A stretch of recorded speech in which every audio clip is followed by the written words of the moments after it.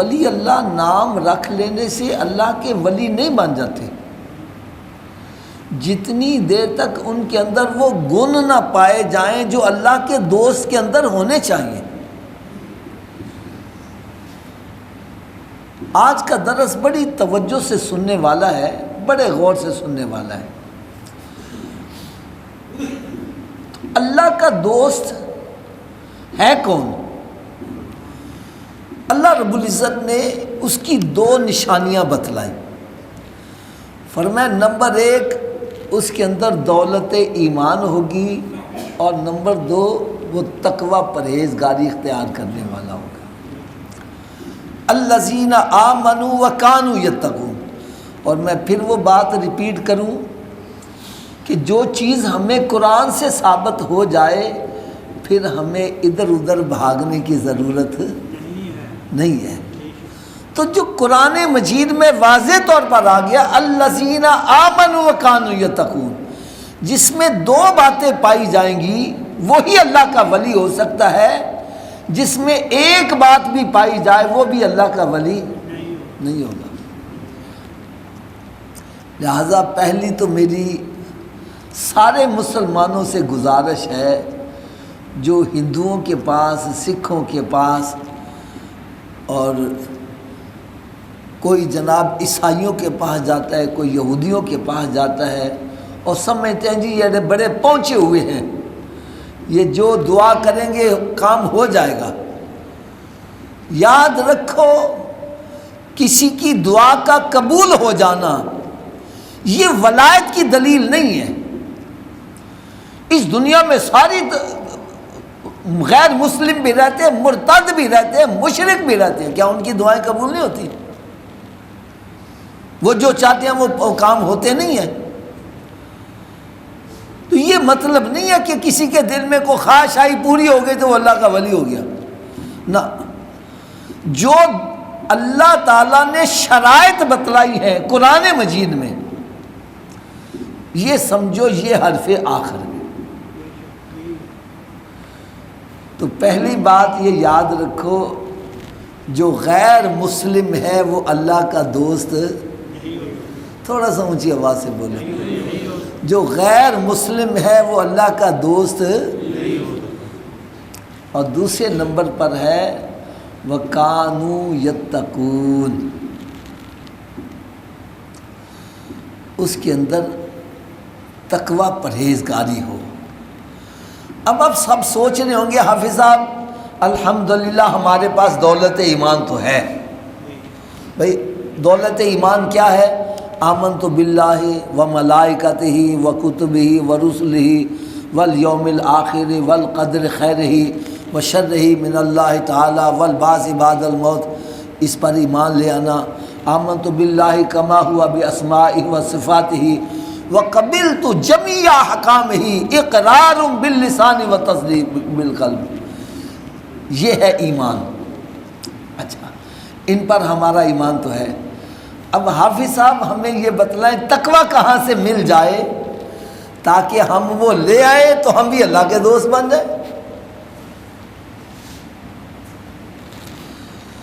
تو آئیے آج یہ بتلاؤں کہ تقوی کیا چیز ہے۔ تقوی کی جو مختلف تعریفیں کی گئی ہیں اس میں ایک بڑی آسان سی سادہ تعریف جو دل کو لگتی ہے وہ یہ ہے اللہ تعالیٰ سے بن دیکھے ڈرنا، اس کو تقوی کہتے ہیں۔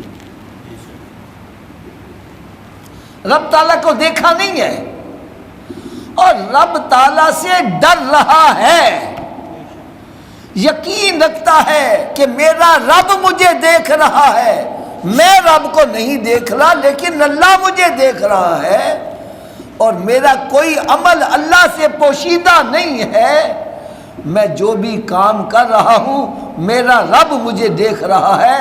یہ یقین کی دولت جب دل میں پختہ ہو جاتی ہے تو پھر تقوی پرہیزگاری پیدا ہونا شروع ہو جاتا ہے۔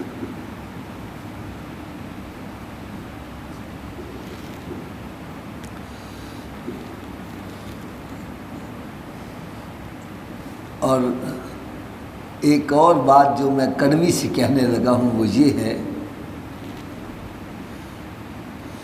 بندے کے دل میں خوف خدا کب آتا ہے؟ قرآن مجید میں رب تعالیٰ نے ارشاد فرمایا انما یخشی اللہ من عبادہ العلماء،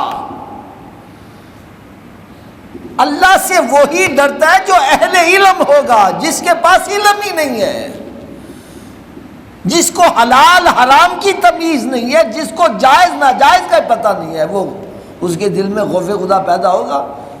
وہ تو کہے گا سب جائز ہے، اوے ہمیں مولوی ڈراتے ہیں سب جائز ہے۔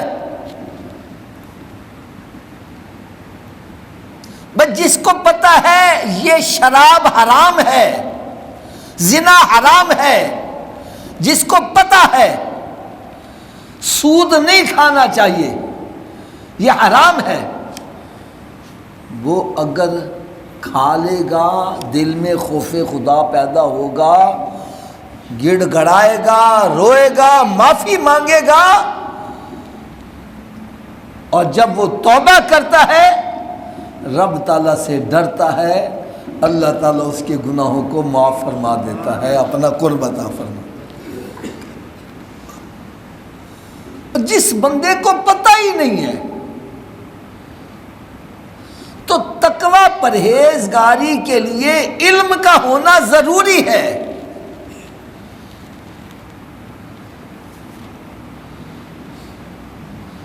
اللہ تعالیٰ کسی جاہل کو اپنا دوست نہیں بناتا، اور اگر اس نے بنانا بھی ہو تو دوست بنانے سے پہلے اس کو علم لدنی عطا فرما دیتا ہے۔ علم لدنی کس کو کہتے ہیں؟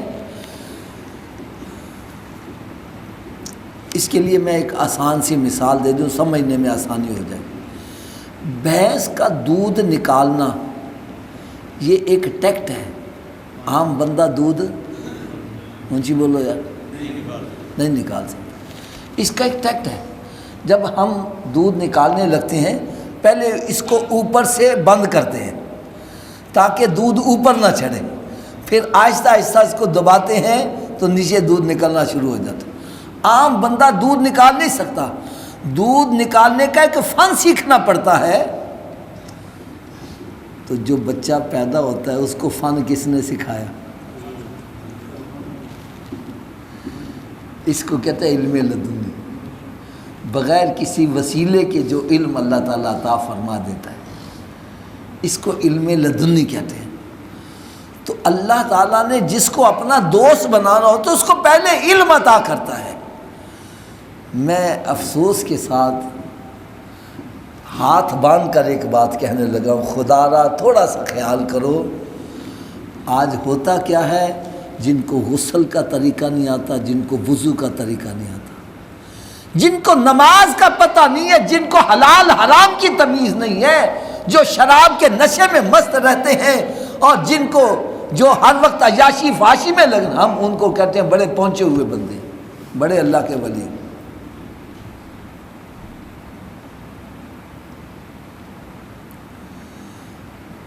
خدا نہ قرآن پاک کو اپنا رہنما مانو، اس سے شعور حاصل کرو۔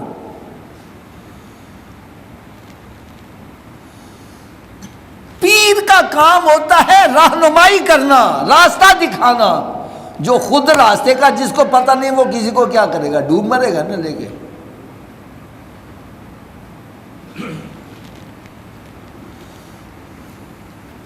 حضور داتا گنج بخش رحمت اللہ تعالی علیہ اپنی کتاب کشف المحجوب شریف میں علم کا ایک باب بناتے ہیں، اس میں آپ ایک بڑی پیاری مثال دیتے ہیں، بڑی پیاری مثال دیتے ہیں۔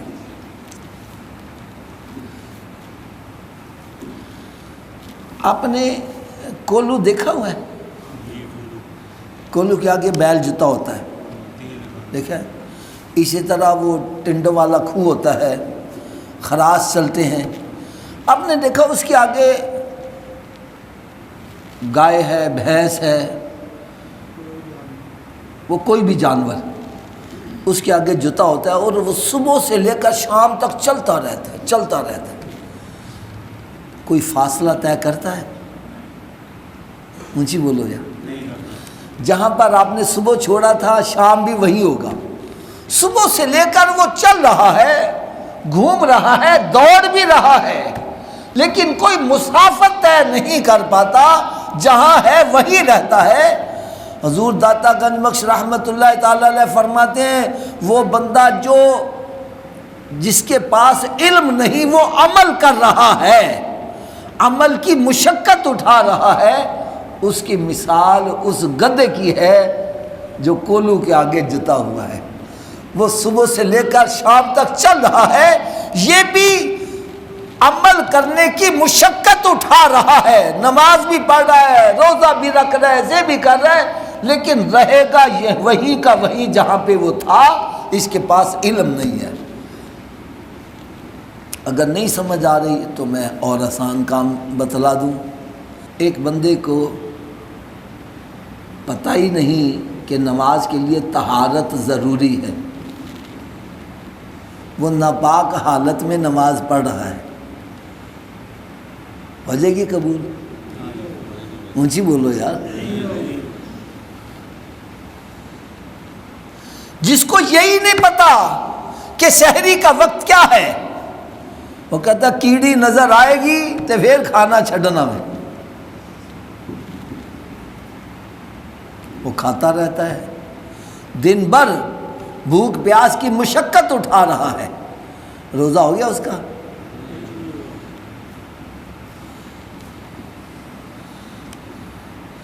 کروڑوں درود کروڑوں سلام اس پیارے آقا صلی اللہ تعالیٰ علیہ وسلم، جنہوں نے دیکھو کیسا پیارا ہمیں نسخہ بتلایا ہے۔ فرمایا طلب العلم فریضۃ علی کل مسلم، علم دین حاصل کرنا ہر مسلمان مرد عورت کے اوپر فرض قرار دے دیا گیا ہے۔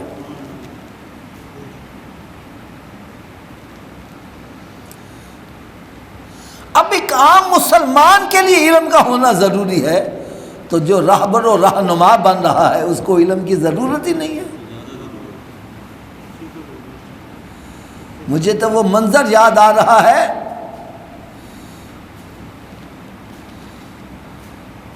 حضرت امام اعظم ابو حنیفہ رحمۃ اللہ تعالی علیہ تشریف لے جا رہے ہیں،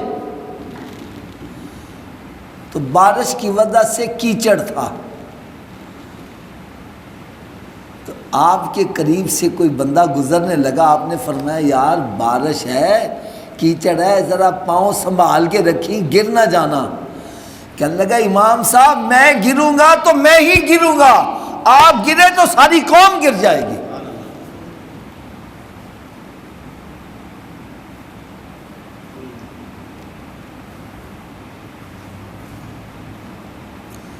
جو رہبر و رہنما ہے اس کے لیے تو علم کا ہونا بڑا ہی ضروری ہے۔ جس کو حلال حرام کی تمیز نہیں ہے، جس کو نمازوں کی ہوش نہیں ہے، ہم اس کو کہتے ہیں جی بڑا پہنچا ہوا، بڑا اللہ کا ولی ہے۔ بلکہ خدا کی قسم مجھے تو اس قدر دکھ ہوتا ہے، گھوٹ گھوٹ کے پی رہے بھنگے چرسے شراب پی کر، تو نعرے علی کے مارتے ہیں، علی۔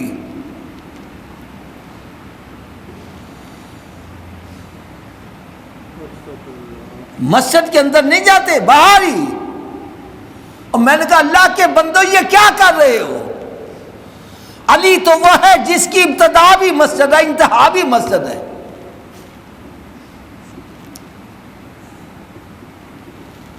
اور تو مسجد میں داخل ہی نہیں ہوتا، باہر ہی بیٹھ کے علی علی کے نعرے مار رہے ہیں۔ علی کو شراب سے اس قدر نفرت کہ آپ فرمائیں کہ اگر ایک دریا کے اندر شراب کا قطرہ گر جائے، پھر دریا خشک ہو جو اس میں گھاس اگے، میں اپنے جانوروں کو وہ گھاس کھلانا بھی پسند نہیں کروں گا، اور تو شراب پی کے تو علی کا نعرہ مار رہا ہے۔ یار کچھ شرم کر، کیا تیرا منہ اس قابل ہے کہ اس سے علی کا نام لیا جائے؟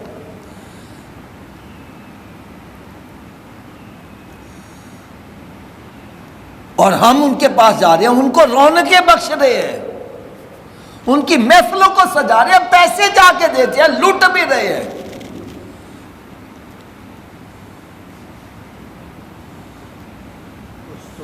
کوئی تعویذات میں لگا ہے، کوئی گنڈوں میں لگا ہوا ہے، کوئی کسی میں لگا ہوا ہے، کیا ہے یہ؟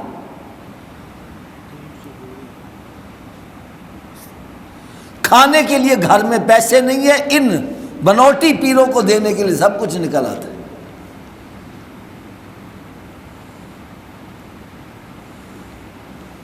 اور بھائی میری بات نہ مانو، قرآن پاک کو سامنے رکھ لو، قرآن پاک کھولو۔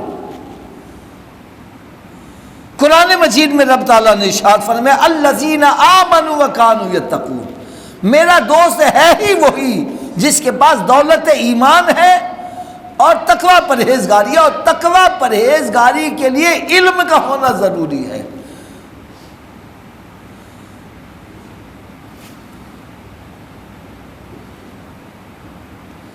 جس کے بندے کے پاس علم ہی نہیں ہے، اس کے دل میں خوف خدا کیسے پیدا ہوگا؟ میں آپ کو صحیح بات بتلا رہا ہوں، مجھے بھی الحمدللہ اتفاق ہوتا ہے داتا حضور حاضری دینے کا ہے۔ یار میں نے دیکھا وہاں پر بڑے بڑے جاہل بندے، پیر بندے بیٹھے ہوئے ہیں، اور لوگوں کو گائیڈ کیسے کرتے ہیں، لوگوں کو کس طرح گائیڈ نہیں بلکہ گمراہ کیسے کرتے ہیں۔ گائیڈ کا لفظ تو ایسے نکل گیا، یعنی ان کو گمراہ کیسے کرتے ہیں۔ ایک دن میں وہاں سے گزر رہا تھا نا، تو وہ گفتگو کیسے کر رہا تھا، کہنے لگا وہ دیکھو یہ مولوی ایسے باتیں کرتے ہیں، کتا ولیاں دے نال لگا تے جنت چ چلا گیا۔ اصحاب کہف کا کتا ولیوں کے ساتھ لگا، رب نے فرمایا یہ جنت میں جائے گا۔ اور 10 کتے نے کو نمازاں پڑھیاں سی، کتے نے کو روزے رکھے سی،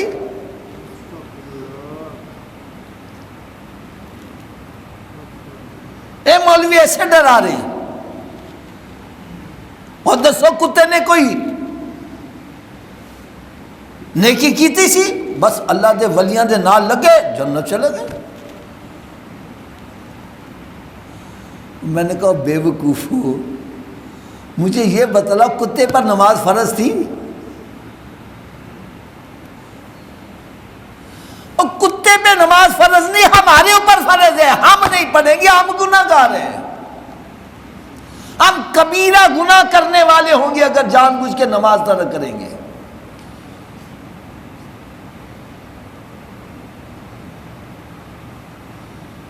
وہ جی استون حنانہ نے کوئی نمازیں پڑھی، کوئی روزے رکھے، استون حنانہ وہ ستون جو مسجد نبوی میں شریف میں تھا، میرے آقا صلی اللہ علیہ وسلم کے ساتھ ٹیک لگا کر خطبہ دیا کرتے تھے، اور جب ممبر شریف بن گیا سرکار صلی اللہ علیہ وسلم ممبر شریف پر جلوہ فروز ہوئے، تو وہ ستون آپ کی جدائی میں رونے لگ پڑا تھا۔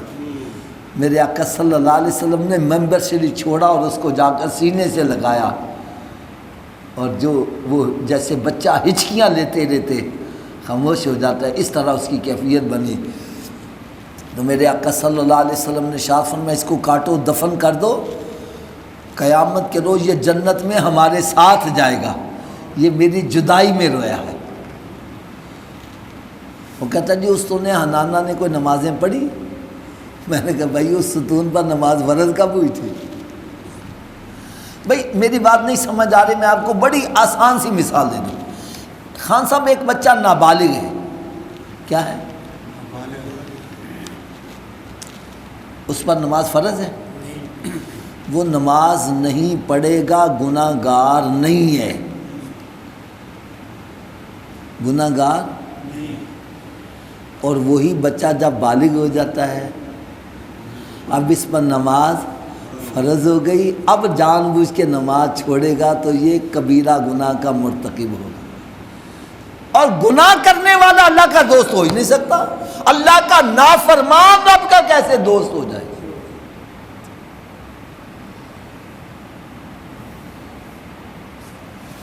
کئی ایسی محفلوں میں جاؤ، دیکھا پیر صاحب بیٹھے ہوئے ہیں، نماز کا وقت ہو گیا، آجو زجی نماز پڑھنے چلیے، اور ایسی پڑھی ہوئی نے۔ اگر زیادہ ضد کرو اور تسی دکھاوے دیا پڑھ دو، ساڈیاں دل دیا نمازاں نے۔ کمال ہے یار، نماز دل میں پڑھتے ہو، اور ہماری نماز تو مدینہ شریف میں ہوتی ہے۔ میں کیا روٹی ادھے کھاندے جی تے نماز ادھے پڑھ دے جی، روٹی بھی مدینہ شریف بھی کھایا کرو یار۔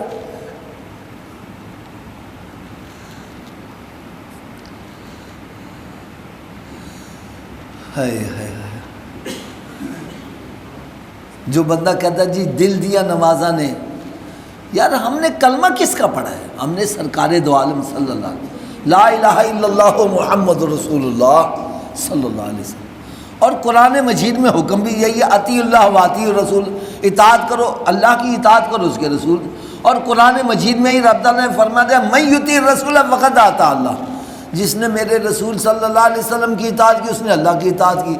مجھے یہ بتلاؤ کیا سرکار نے دل کی نمازیں پڑھی یا بظاہر پڑھی ہیں؟ آج بھی مسجد نبوی شریف موجود ہے، میرے آقا صلی اللہ علیہ وسلم کا ممبر اور محراب موجود ہے، آج بھی سرکار دو عالم صلی اللہ علیہ وسلم کے مؤذن کی جگہ موجود ہے۔ اس کا مطلب ہے سرکار صلی اللہ علیہ وسلم نمازیں پڑھا کر۔ جو حج عمرہ کر کے آئے ہیں میری بات کی تصدیق کریں گے، آج بھی وہاں مسجد جمعہ موجود ہے، مسجد قبلتین موجود ہے کہ نہیں ہے، مسجد قباء موجود ہے کہ نہیں ہے؟ وہ مسجدوں میں کیا کرتے تھے؟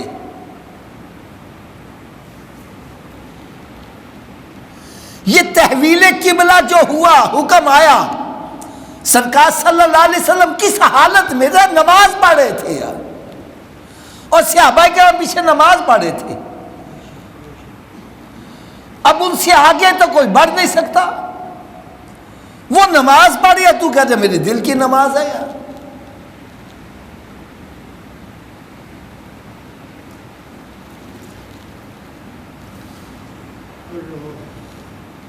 ساری نمازیں دل میں ہوں گی، اور جب نماز جنازہ کی باری آتی ہے ہماری صاحب آؤ جنازہ تو پڑھا دے، میں کہ یار ساریاں دل دیا پڑھی ہیں، یہ بھی دل دی پڑھو۔